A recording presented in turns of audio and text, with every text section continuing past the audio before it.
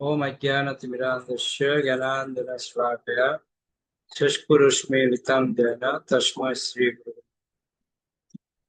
नमः। ओम विष्णुपदाय कृष्णपृष्ठाय भूतले श्रीमते भक्तिवेदान्त स्वामिनिति नामिने नमस्ते सरस्वती देवे गौरवाणी प्रचारिणे निर्विशेष शून्यवादी पाश्चात्य देशतारिणे नमो विष्णुपदाय कृष्णपृष्ठाय भूतले श्रीमते भक्ति जय पताका स्वामिनिति नामिने नमो आचार्य पदाय निताय पदाय गौरवतादाय नमः।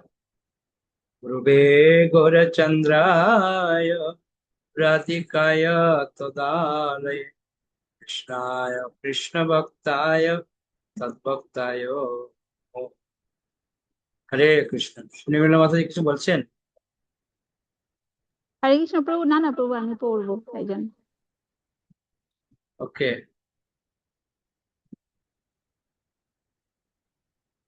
শুরু করুন তাহলে সুনীল মাতাজি। হরে কৃষ্ণ প্রভু, প্রণাম। সূচনা। 1965 খ্রিস্টাব্দে আমেরিকা আগমনের পর কৃষ্ণ কৃপার শ্রীমূর্তি শিল অভয় চরণারবিন্দ ভক্তিবেদান্ত স্বামীর পৃথিবীব্যাপী খ্যাতি লাভ হয়েছিল। পরবর্তীকালে শিল প্রভুপাদ রূপে তিনি পরিচিত হয়েছিলেন। ভারত ত্যাগ করবার আগে তিনি 3টি গ্রন্থ রচনা করেছিলেন। পরবর্তী 12 বৎসরে তাকে 60টিরও অধিক গ্রন্থ রচনা করতে হয়েছিল। ভারত ত্যাগ করবার আগে তিনি শিষ্যরূপে একজন দীক্ষা দান করেছিলেন। পরবর্তী 12 বৎসরে তিনি 4 সহস্রাধিক মানুষকে দীক্ষা দান করেছিলেন। তার ভারত ত্যাগের আগে সামান্য কয়েকজনই বিশ্বাস করতেন যে পৃথিবী জুড়ে কৃষ্ণ ভক্তবৃন্দের একটি সঙ্গ গড়ে তোলার স্বপ্ন তিনি সার্থক করতে পারবেন। কিন্তু পরবর্তী দশকে তিনি আন্তর্জাতিক কৃষ্ণ ভাবনামৃত সংঘের প্রতিষ্ঠা ও পরিচালনা করেছিলেন এবং 100-টিরও অধিক শাখার পত্তন করেছিলেন। আমেরিকার উদ্দেশ্যে পাড়ি দেওয়ার আগে তিনি কখনো ভারতের বাইরে যাননি, কিন্তু পরবর্তী 12 বৎসরে কৃষ্ণ ভাবনামৃত আন্দোলনের প্রসারের উদ্দেশ্যে তিনি বিভিন্ন সময়ে সারা পৃথিবী ভ্রমণ করেছিলেন। যদিও পারমার্থিক বিপ্লব তার জীবনের এক বিলম্বিত অবদান, কিন্তু তার জীবনের প্রথম 69 বৎসর ছিল এই কার্য সম্পাদনেরই প্রস্তুতি পর্ব। যদিও আমেরিকানদের কাছে ছিল প্রভুপাদ ও তার শিক্ষা ছিল এক অপরিচিতের আকস্মিক উপস্থিতি স্বরূপ, তিনি ছিলেন আলাদিনের আশ্চর্য প্রদীপ থেকে বেরিয়ে আসা সেই জিনের মতো। একটি শতাব্দীর প্রাচীন সাংস্কৃতিক ঐশ্বর্যের তিনি ছিলেন এক বলিষ্ঠ প্রতিনিধি। 1896 খ্রিস্টাব্দের 1 সেপ্টেম্বর অভয়চরণ দে নামে শিল প্রভুপাদ জন্মগ্রহণ করেন। তার পিতা গৌরমোহন দে ছিলেন একজন বস্ত্র ব্যবসায়ী এবং তার মায়ের নাম ছিল রজনী। বাঙালি ঐতিহ্য অনুসারে তার পিতামাতা একজন জ্যোতিষকে দিয়ে শিশুপুত্রের ঠিকুজি করিয়েছিলেন এবং শিশুটির শুভ লক্ষণযুক্ত ভবিষ্যৎ কার্যকলাপের কথা যখন পাঠ করা হচ্ছিল তখন তারা সকলেই উৎফুল্ল হয়ে উঠেছিলেন। সেই জ্যোতিষী একটি ভবিষ্যৎবাণী করেছিলেন, তার বয়স যখন 70 বছর হবে তখন তিনি সাগর পাড়ি দিয়ে বিদেশে যাবেন, এক বিখ্যাত ধর্ম প্রচারক রূপে স্বীকৃতি লাভ করবেন এবং 108টি মন্দির প্রতিষ্ঠা করবেন। অভয়চরণের 151 নং হ্যারিসন রোডের বাড়িটি ছিল উত্তর কলকাতার অঞ্চলে। তার পিতৃদেব শ্রীযুক্ত গৌরমোহন দে সম্ভ্রান্ত সুবর্ণ বণিক সমাজের একজন সচ্ছল কাপড়ের ব্যবসায়ী ছিলেন। কলকাতার অত্যন্ত সম্ভ্রান্ত মল্লিক পরিবারের সঙ্গে তার সম্পর্ক ছিল। মল্লিকেরা কয়েক শত বছর ধরে ইংরেজদের সঙ্গে সোনা আর লবণের ব্যবসা করেছিলেন। প্রকৃতপক্ষে মল্লিকেরা ছিল গৌতম গোত্রীয়, কিন্তু মোগলদের রাজত্বকালে মুসলমান নবাব তাদের মল্লিক উপাধি দান করেন। তার কয়েক পুরুষ পর মল্লিক পরিবারের সঙ্গে দে পরিবারের এক মেয়ের বিয়ে হয় এবং তারপর থেকে এই দুটি পরিবার ঘনিষ্ঠতা বজায় রেখেছিল। হ্যারিসন রোডের সেই অংশটিতে রাস্তার দুপাশে সবকটি বাড়িই ছিল লোকনাথ মল্লিকের। গৌরমোহন দে এবং তার পরিবার বাস করতেন মল্লিক বাড়ির 3 তলায়। তার সেই আবাসস্থলের ঠিক বিপরীত দিকেই ছিল রাধা গোবিন্দের মন্দির। সেখানে গত 150 বছর ধরে মল্লিকেরা শ্রী শ্রী রাধাকৃষ্ণের সেবা করে আসছেন। কয়েকটি দোকান ঘরের ভাড়া থেকে বিগ্রহ সেবার আয় হতো। প্রতিদিন সকালে প্রাতরাশের পূর্বে মল্লিক বাড়ির সকলেই সেই মন্দিরে শ্রী শ্রী গোবিন্দ দেবের দর্শন করতে যেতেন। তারা বড় বড় থালায় অন্ন, কচুরি এবং বিভিন্ন রকমের ব্যঞ্জন ভগবানকে নিবেদন করে সেই প্রসাদ দর্শনার্থী প্রতিবেশীদের মধ্যে বিতরণ করতেন। অভয়চরণ প্রতিদিন তার মা বাবা অথবা ভৃত্যের সঙ্গে সেই মন্দিরে যেতেন। গৌরমোহন দে ছিলেন একজন শুদ্ধ বৈষ্ণব এবং তার পুত্রকে তিনি কৃষ্ণ ভক্তরূপে মানুষ করে তুলেছিলেন। যেহেতু তার পিতামাতাও ছিল বৈষ্ণব, তাই গৌরমোহন কখনো মাছ, মাংস, ডিম, চা অথবা কফি স্পর্শ করেননি। তার গায়ের রং ছিল খুব ফর্সা এবং তিনি ছিলেন গম্ভীর প্রকৃতির। ইঁদুরেরা যাতে সন্তুষ্ট থাকে এবং ক্ষুধার্ত হয়ে কাপড় কেটে না ফেলে, তাই প্রতিদিন রাতে দোকান বন্ধ করার আগে তিনি মেঝের উপর একটি বাটি চাল রেখে দিতেন এবং তারপর বাড়ি ফিরে আসতেন। বাড়ি ফিরে তিনি শ্রী চৈতন্য চরিতামৃত এবং শ্রীমদ্ ভাগবত পাঠ করতেন, জপমালায় জপ করতেন এবং শ্রীকৃষ্ণের বিগ্রহ আরাধনা করতেন। তিনি ছিলেন নম্র এবং স্নেহপরায়ণ। তিনি কখনো অভয়চরণকে শাস্তি দিতেন না। এমনকি যখন শাসন করার প্রয়োজন হতো, তিনি প্রথমে তাকে বলে দিতেন, তুমি আমার পুত্র, তাই তোমার ভুল সংশোধন করা আমার কর্তব্য। শ্রী চৈতন্য মহাপ্রভুর পিতা কখনো কখনো তাকে শাসন করতেন, সুতরাং তুমি কিছু মনে করো না। পরমেশ্বর শ্রীকৃষ্ণ। ওকে ওকে। হরে কৃষ্ণ প্রভু, প্রণাম। তো শুরুতেই আমরা প্রভুপাদের জন্ম বৃত্তান্ত পেলাম, পরিবারের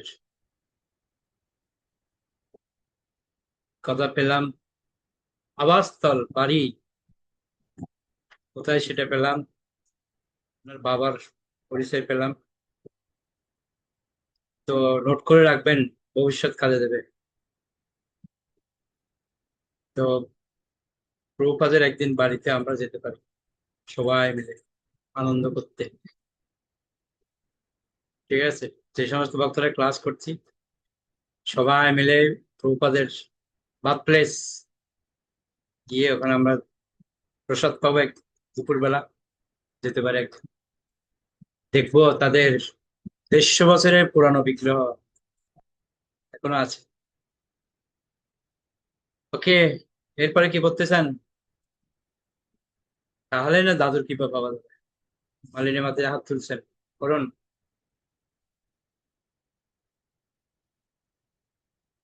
হরে কৃষ্ণ প্রভু, প্রণাম। পরমেশ্বর শ্রীকৃষ্ণের আরাধনারত পিতার স্মৃতি ছিল প্রভুপাদের মনে সর্বদা জাগরূক ছিল। তিনি স্মৃতিচারণ করতেন কেমন করে তার পিতা অনেক রাত্রে কাপড়ের দোকান থেকে বাড়ি ফিরে এসে পরম বিশ্বাসের সঙ্গে পরমেশ্বর ভগবান শ্রীকৃষ্ণের আরাধনা করতেন। শ্রীল প্রভুপাদ স্মৃতিচারণ করেছিলেন, আমরা ঘুমিয়ে থাকতাম আর পিতৃদেব সেই সময়ে আরতি করতেন। আমরা সেই আরতির সুমধুর ঢিং ঢিং ডিং ডিং ঘন্টাধ্বনি শুনে জেগে উঠে দেখতাম তিনি পরমেশ্বর ভগবান শ্রীকৃষ্ণের সম্মুখে দণ্ডবত হয়ে প্রণাম করছেন। গৌরমোহন চেয়েছিলেন তার পুত্র যেন বৈষ্ণব হয়। তিনি চেয়েছিলেন অভয়চরণ যেন রাধারানীর সেবক হয়, ভাগবতের প্রচারক হয় এবং মৃদঙ্গ বাজাতে শিখে। তার বাড়িতে তিনি প্রায়ই সাধুদের নিমন্ত্রণ করতেন এবং তাদের বলতেন, দয়া করে আমার পুত্রকে আশীর্বাদ করুন যাতে শ্রীমতী রাধারানী তার প্রতি প্রসন্ন হন এবং তাকে আশীর্বাদ করেন। একদিন যখন অভয়চরণের মা বলেছিলেন যে তার ইচ্ছা অভয় যেন বড় হয়ে ব্যারিস্টার, যার অর্থ হচ্ছে তাকে পড়াশোনা করতে বিলাত যেতে হবে, তখন তার এক মামা মনে করেছিলেন সেটি খুবই ভালো পরিকল্পনা, কিন্তু গৌরমোহন তাতে রাজি হননি। অভয় যদি বিলাতে যায় তাহলে সে ইউরোপিয়ান বেশভূষা এবং মেয়েদের সঙ্গে মেলামেশা করতে শিখবে। গৌরমোহন এর প্রতিবাদ করে বলেছিলেন, তার টাকা তার টাকায় আমার প্রয়োজন নেই। অভয়চরণের জীবনের প্রথম থেকেই গৌরমোহন তার পরিকল্পনা করে রেখেছিলেন। একজন পেশাদার মৃদঙ্গ বাদককে তিনি রেখে দিয়েছিলেন তাকে কীর্তনের সঙ্গে মৃদঙ্গ বাজনা শিখাবার জন্য।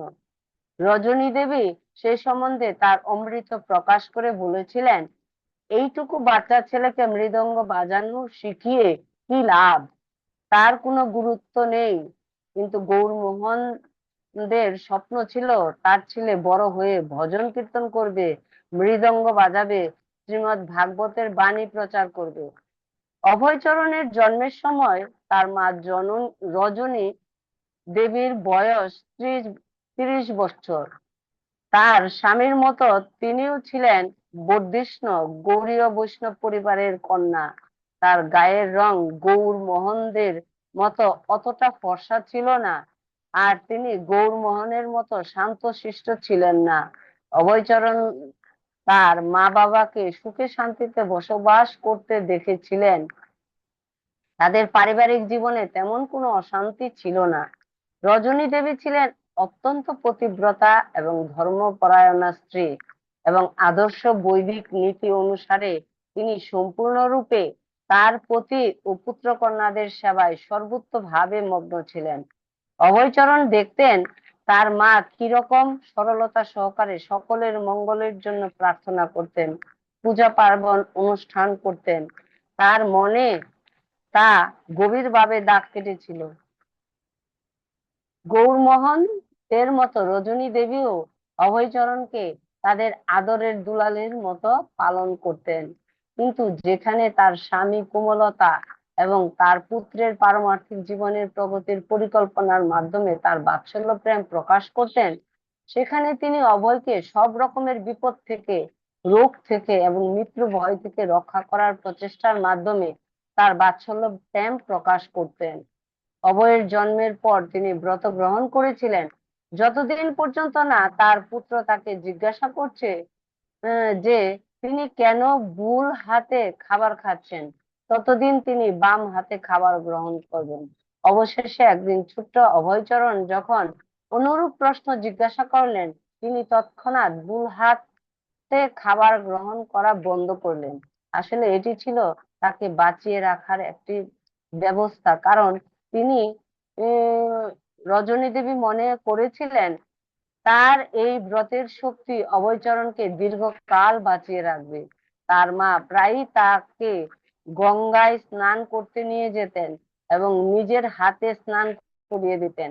একবার তার যখন আমাশা হয়েছিল, তখন তিনি তাকে গরম পুরি আর বেগুনি ভাজা খাইয়ে আমাশা ছাড়িয়েছিলেন। যখনই অভয়ের কোন রকম অসুস্থতা দেখা দিত, তখন অভয় কোন রকম ওষুধ খেতে অনীহা প্রকাশ করতেন, কিন্তু অভয়ের জেদ সত্ত্বেও রজনী দেবী জোর করে তার মুখে ওষুধ ঢেলে দিতেন। অভয় যখন বিদ্যালয়ে যেতে চাইতেন না, তার পিতা কিছু বলতেন না, কিন্তু তার মা এ ব্যাপারে জোর করতেন। এমনকি বিদ্যালয়ে দিয়ে আসার জন্য তিনি একজন লোকও ঠিক করেছিলেন। বল। সারা হরি বল। কৃষ্ণ প্রভু, প্রণাম।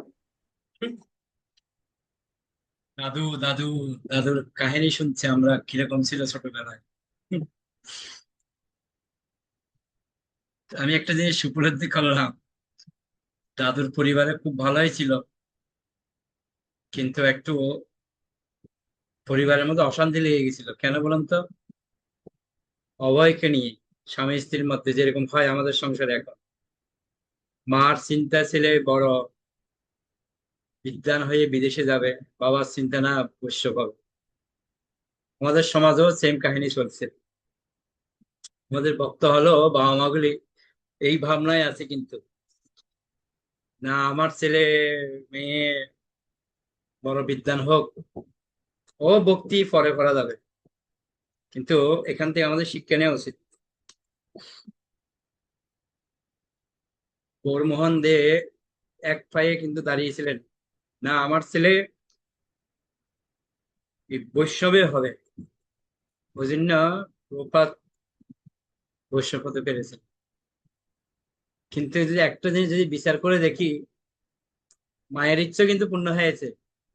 কি মনে হয় আপনাদের হয়নি? মা চেয়েছিল ছেলে বিলাত যাবে, পড়াশোনা করবে, কিন্তু গৌরমোহন দে এমন ভাবে তাকে তৈরি করেছেন, শুধু বিলাত যাবে নয়, পুরো বিশ্ব ব্রহ্মাণ্ড ঘুরে আসছে, তাই না? মা শুধু বিলাত যাবে একটু চেয়েছিল, আর গৌরমোহন দে এমন ভাবে বানিয়েছে পুরো ব্রহ্মাণ্ড, বিশ্ব ব্রহ্মাণ্ড পুরো ঘুরে 108টা মন্দির প্রতিষ্ঠা করে বিলাতকে আর উদ্ধার করে আসছে। তার মানে এখান থেকে আমাদের শিক্ষা নেওয়া উচিত, সন্তানকে যদি আমরা এই কৃষ্ণ ভাবনা যদি আমরা তৈরি করতে পারি, একসময় যদি আমাদের ইচ্ছে থাকো বিদেশে যাবার, হ্যাঁ, প্রচার করার জন্য চলে যাবে, কি আছে। অনেক বড় শিক্ষা। আরেকটা জিনিস গৌরমোহন দে এখানে আমাদের শিখিয়েছেন, সন্তানকে সবসময় যে কৃষ্ণ ভাবনামৃতে রাখতে হয়। মৃদঙ্গ প্র্যাকটিস করাচ্ছে, মার কিন্তু পছন্দ না, বাচ্চা ছেলে মৃদঙ্গ শিখে কি করবে। কিন্তু আমরা দেখতে পাই প্রবাদ বিদেশের মধ্যে মৃদঙ্গ বাজাচ্ছে, তাই না? মৃদঙ্গ বাজাচ্ছে, কাঁসা বাজাচ্ছে, করতাল বাজাচ্ছে, হারমোনিয়াম বাজাচ্ছে, কি না বাজিয়েছে পুরো। ভাবুন তো, পুরো মানুষটা আবার রান্নাও শিখাচ্ছে, যজ্ঞ শিখাচ্ছে, সব কিছু করেছে, কি করেন। তা আমরা যখন ভাগবত পড়ি, মাঝে মাঝে গীতা পড়ি, ওখানে কিন্তু দেখবেন প্রভুপাদ উনার বাবার কথা বলতেন। আমি যা কিছু শিখেছি আমার বাবার অবদান। আমার বাবা আমাকে ছোটবেলা থেকে এগুলো শিখিয়েছে, সেটা আমরা এখন দেখতে পাচ্ছি। ওনার বাবা ওনাকে কি রকম করে তৈরি করেছেন। ওকে, কে পড়তে চান? হম, প্রভুপাদের হরে কৃষ্ণ প্রভু, আমি বলবো। পড়ুন শর্মিলা মাতে। হরে কৃষ্ণ প্রভু, বলুন। সারা ভারতের অধিকাংশ স্থানে মানুষ শ্রীকৃষ্ণকে পরমেশ্বর ভগবান রূপে পূজা করে থাকেন। শ্রীকৃষ্ণের ভাষ্য অনুসারে বৈদিক শাস্ত্র, বিশেষত বহু পঠিত ভগবত গীতা রচিত হয়েছে। অতএব স্বভাবতই অভয় ছোট থেকে কৃষ্ণ ভাবনামৃত আত্মস্থ করেছিলেন। অধিক কিন্তু তার পিতা ছিলেন একজন ধর্মপরায়ণ মানুষ এবং প্রভুপাদ পরবর্তীকালে তার পিতাকে শ্রীকৃষ্ণের একজন খাঁটি ভক্ত রূপে বর্ণনা করেছিলেন। এমনকি শিশু অবস্থায় অভয় যখন ভালো করে হাঁটতে শিখেননি, সেই সময় তার পিতা রাধা গোবিন্দ মন্দির নামক কাছাকাছি একটি মন্দিরে অভয়কে নিয়ে যেতেন। পরবর্তী জীবনে ছিল প্রভুপাদ স্মৃতিচারণ করেছিলেন। রাধা গোবিন্দর মন্দিরে দরজার কাছে দাঁড়িয়ে ঘণ্টাখানেক রাধা গোবিন্দ বিগ্রহকে প্রার্থনা নিবেদন করতেন। কমল নয়নের এই বিগ্রহ ছিল অত্যন্তই সুন্দর। প্রতি বছর কলকাতায় যখন জগন্নাথ দেবের রথযাত্রার মহোৎসব হতো, তা দেখে অভয়চরণ গভীরভাবে অভিভূত হতেন। কলকাতার সবচাইতে বড় রথযাত্রা ছিল মল্লিকদের রথযাত্রা। তাতে জগন্নাথ, বলদেব এবং সুভদ্রাকে নিয়ে তিনটি রথ বের হতো। রাধা গোবিন্দর মন্দির থেকে এই রথযাত্রা শুরু হতো এবং হ্যাডিসন রোড দিয়ে কিছুটা গিয়ে তারপর আবার ফিরে আসতো। সেই দিন মন্দির কর্তৃপক্ষ জনসাধারণকে প্রচুর পরিমাণে শ্রী শ্রী জগন্নাথ দেবের প্রসাদ বিতরণ করতেন। সারা বছর সব কয়েকটি বড় বড় শহরে রথযাত্রা মহোৎসব অনুষ্ঠিত হতো, কিন্তু কলকাতার ৩০০ মাইল দক্ষিণে উড়িষ্যার জগন্নাথপুরীর রথযাত্রা, সেইটি ছিল আদি রথযাত্রা এবং সেখানে প্রতি বছর লক্ষ লক্ষ মানুষের সমাগম হয়। শ্রীকৃষ্ণের এই অপ্রাকৃতিক লীলাকে কেন্দ্র করে গত শত শত বৎসর ধরে জগন্নাথপুরীতে তিনটি ৪৫ ফুট উঁচু রথে জগন্নাথ, বলদেব এবং সুভদ্রাকে নিয়ে হাজার হাজার মানুষ ২ মাইল দীর্ঘ পথ অতিক্রম করে রথকে গুন্ডিচা মন্দিরে নিয়ে যায়। অভয়চরণ শুনেছিলেন ৪০০ বছর আগে কিভাবে শ্রী চৈতন্য মহাপ্রভু পুরীর রথযাত্রা মহোৎসবে তার পার্ষদদের নিয়ে কীর্তন করে নৃত্য করতেন। তিনি মাঝে মাঝে রেলওয়ে টাইম টেবিল দেখতেন অথবা লোককে জিজ্ঞাসা করতেন বৃন্দাবন এবং পুরী যাওয়ার ভাড়া কত। তিনি ভাবতেন যে সেই টাকা জোগাড় করে তিনি সেইখানে যাবেন। অভয়চরণ চাইতেন যে তিনি রথ তৈরি করে রথযাত্রা মহোৎসব অনুষ্ঠান করবেন এবং সেই জন্য তিনি পিতার সাহায্যে প্রার্থনা করেছিলেন। গৌরমোহন তাকে ৩ ফুট উঁচু একটি ব্যবহৃত রথ এনে দেন। পিতা পুত্র মিলিতভাবে ১৬টি কাঠের থাম হাতে জুড়ে দেন এবং তার উপরে একটি চাঁদোয়া লাগিয়ে দেন। সেটি দেখতে তখন প্রায় জগন্নাথ পুরীর রথের মতনই হয়েছিল। অভয় তার খেলার সাথীদের তাকে সাহায্য করতে অনুপ্রাণিত করেছিলেন, বিশেষ করে তার বোন ভবতারিণীকে, এবং স্বাভাবিকভাবে তিনি ছিলেন তার বন্ধুদের নেতা, এবং তার আবেদনে প্রতিবেশিনী মহিলারাও রথযাত্রা মহোৎসবে প্রসাদ বিতরণের জন্য নানা রকম উপায়ে সমস্ত খাদ্য প্রস্তুত করতে সম্মত হয়েছিল। পুরীর রথযাত্রা ওকে ওকে ওকে, সর্বরূপা মাতাজি পড়ুন।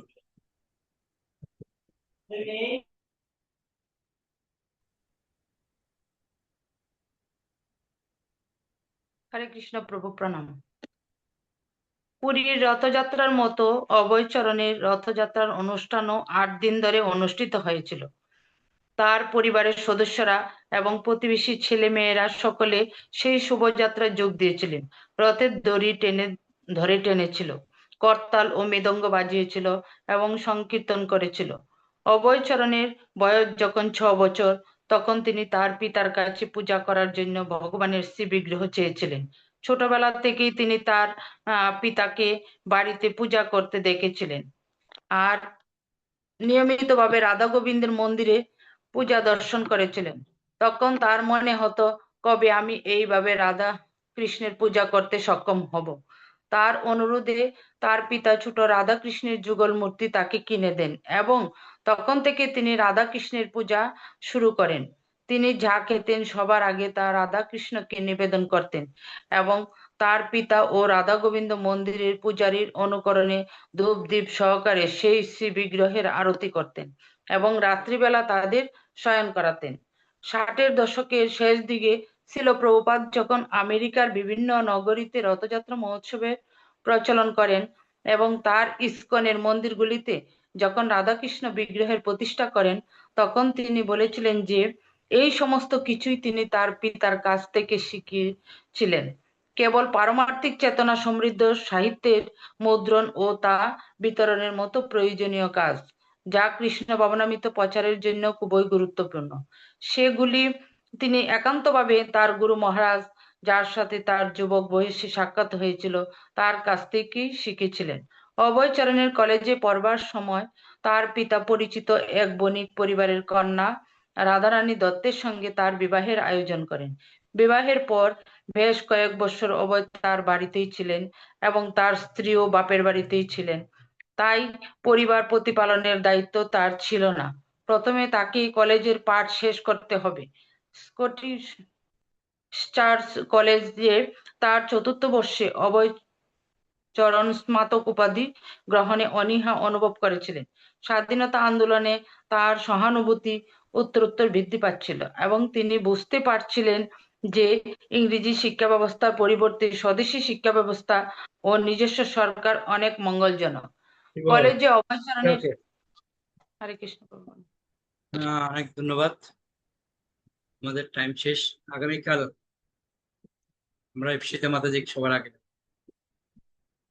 প্রাণানন্দিনী মাতাজি, ইপ্সিতা মাতাজি, আপনারা আগামীকাল পড়বেন সবার আগে। ওকে, আমাদের সময় শেষ হয়ে গেছে। তো যাই হোক, আমরা প্রভুপাদের এই যে রথযাত্রা, প্রথম থেকে মল্লিক বাড়ি ফার্স্ট ছিল, আর এখনো আমরা দেখতে পাচ্ছি প্রভুপাদের রথেই এখনো ফার্স্ট কলকাতার মধ্যে, তাই না? ইস্কনের রথযাত্রা সব থেকে বড় রথযাত্রা। তো একটা জিনিস খেয়াল করেছেন, প্রভুপাদ কিন্তু তিনি কৃতজ্ঞতা স্বীকার করেছেন কার? কি বলতে পারেন? কৃতজ্ঞতা স্বীকার করে, বাবার। হ্যাঁ, একটা জিনিস কিন্তু আমাদের শিক্ষণীয় বিষয় আছে। প্রভুপাদ যখন রথযাত্রা চালু করছেন, তার বিগ্রহ প্রতিষ্ঠা করছেন বিদেশের মধ্যে, তখন কিন্তু ছোটবেলার বাবার কাছ থেকে যেটা শিখেছেন সেটাই কিন্তু তিনি তুলে ধরেছিলেন। তার মানে আমাদের এখানে অনেক বড় শিক্ষণীয় বিষয় আছে। আমরা তো একটু জ্ঞান বৃদ্ধি পেলেই ভুলে যাই বাবা মার কৃতিত্ব বলে। কিন্তু না, এখানে আমাদের শিখাচ্ছে বাবা মার কৃতিত্ব কিভাবে রক্ষা করতে হয়, সেটা আমাদের শিখাচ্ছে। আমাদের জন্য অনেক বড় শিক্ষণীয় বিষয় এটা। ওকে, অনেক ধন্যবাদ। অচ্যুত অচিন্ত বাবু কিছু বলছিলেন? হরে কৃষ্ণবাবু প্রণাম। বলছি প্রভুপাদ 6 বছর বয়সে বিগ্রহ সেবার জন্য বায়না করেছিল, আর আমাদের করলে সবাই কেন এরকম বলে? হ্যাঁ হ্যাঁ। প্রভুপাদ 6 বছর বয়স থেকে বিগ্রহ সেবা করার জন্য বাবার কাছে বায়না করেছিল, আর হ্যাঁ, আমাদের স্কুলে বিগ্রহ সেবা এরকম করে কেন? আমাদের আমাদের ইসকনে বলে বিগ্রহ সেবা করতে হবে না, চিত্রপট সেবা করতে হবে, কেন বলে? দাদু তো এইসব করে গেছে, তার ছেলেপুলেটা করবে না?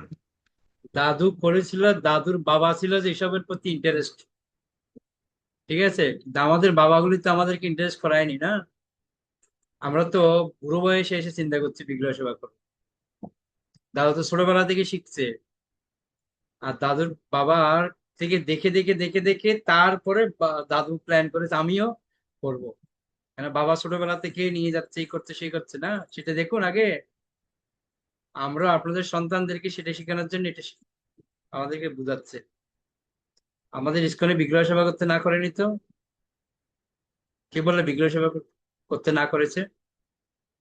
বিগ্রহ সেবা করতে বলছে, কিন্তু প্রভুপাদ যেরকম করেছে ঠিক সেভাবে আমাদের করতে হবে। আমরা তো বিগ্রহকে নিয়ে বাচ্চা ছেলের মতো খেলা মনে করি। ইচ্ছে হলে খাওয়ালাম, ইচ্ছে হলে ঘুমানো যাম। ওইখানে কি বলছে?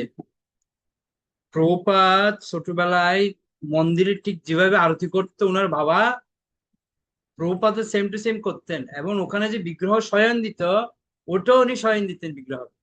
এটা দেখেননি? আমরা তো বিগ্রহের নাম নিয়েই ভাস পর্ব শেষ। আমি কোথায় বিগ্রহ কোথায়, 2 দিন সেবা করি, 3 দিনের দিন আর কোনো বিগ্রহ খবরই থাকে না। সেরকম না, আমাদেরও সেবা করতে বলছে, অপরাধ না করার জন্য সেফটি করছে আমাদের, যেন আমরা অপরাধ না করি বিগ্রহ চরণে। এটাই। হরে কৃষ্ণ প্রভু, আমাদের বাবারাই করেনি তো আমরা কি করে শিখবো? এই তো মূল কথায় চলে আসছে না এতক্ষণে। এই জন্য আপনারা এখন বাবা হয়েছেন, আপনাদের ছেলে মেয়েদের শিখাতে হবে। এই প্রভুদের জীবন কাহিনী পরে এটাই আমাদের শিখতে হবে। নাতিদেরকে শিখাতে হবে, দেখ দাদু আমরা তো ভুল করলাম, তোরা ভুল করিস। এই নাতিদের শিখাতে হবে, ছেলে মেয়েদেরকে শিখাতে হবে। ঠিক আমাদের যে মুভমেন্ট, সেটা হচ্ছে আমাদের হতে হবে গৌরমোহন দের মতো। উনি যেরকম ওনার সন্তানকে প্রতিপালন করার জন্য নিজেকে প্র্যাকটিক্যাল করে শিখিয়েছেন। প্রবাদ কি বললো? আমি দেখতাম, শুয়ে পড়তাম আমরা, আর বাবার আত্মীয়রা ding ding ding ding ding ding যেন কি করছে। তার মানে কি বুঝলেন? ছোটবেলায় প্রপাত বাবার গুলো লক্ষ্য করেছে, আর আমরা হলে রাত্রেবেলা এসে ডিং ডিং তো দূরে কথা, ধর থাক বিগ্রহ থাক, খায় আর ঘুমায় বাস। এত রাত্রে কে করবে? আর ওনার হরে বাবা কৃষ্ণ তো প্রভু, বলছে কি আমার বৌমা কি বলে জানেন তো? আমার বৌমা বলে আমার মেয়েকে ওই সময় শেখালে আমি ভালো জামাই পাবো না। এক একজনের এক এক এক এক ভাবনা আর কি। এটাও আমরা প্রভুপাদের জীবন কাহিনী আমরা পাবো এইসব। ওনার মায়েরও এরকম ভাবনা ছিল, ছেলেকে কি করবে না করবে। তো যেটা বাবা চেয়েছে সেটা হয়েছে, এটাই আমাদের মানতে হবে না? যাই হোক, প্রভুপাদের জীবন কাহিনী থেকে আমাদের কিন্তু শিখতে হবে, অনেক কিছু শিক্ষণীয় বিষয় আছে। ঠিক আছে, প্রভুপাদ আমেরিকার রথযাত্রায় গিয়েও ওখানে কিন্তু বাবার কথা বলছেন, আমার বাবা থেকে শিখেছি। এটা কিন্তু অনেক বড় একটা বিষয়। উনি এত বড় একটা সন্ন্যাসী, বিদেশের মধ্যে এত মন্দির এত কিছু করেছে, কিন্তু প্রত্যেকটি জায়গায় জায়গায় বলছি আমার বাবার থেকে শিখেছি আমি। এই যে আমি রথ করছি, বিগ্রহ সেবা করছি, সব আমার বাবার থেকে শেখা। তার মানে আমাদেরকে এটা মাথায় রাখতে হবে। ওকে, ঠিক আছে। আজকে প্রথম দিন আমরা খুব আনন্দ পেলাম দাদুর বাড়িঘরের কথা জেনে, এবং দাদুর মা বাবার কথা জেনে খুব আনন্দ লাগছে না? ওকে, বৈশ্য প্রণাম। পঞ্চা কল্পতরুভ্যশ্চ কৃপা সিন্ধুভ্যেব চ পতিতানাং পাবনেভ্যো বৈষ্ণবেভ্যো নমঃ। অনন্তগুলো বৈশ্যবৃন্দ কি জয়, নিতাই গৌর প্রেমানন্দে। আমাদের আবার আগামীকাল ট্রেনিং ক্লাস রয়েছে। ওকে। হরে কৃষ্ণ।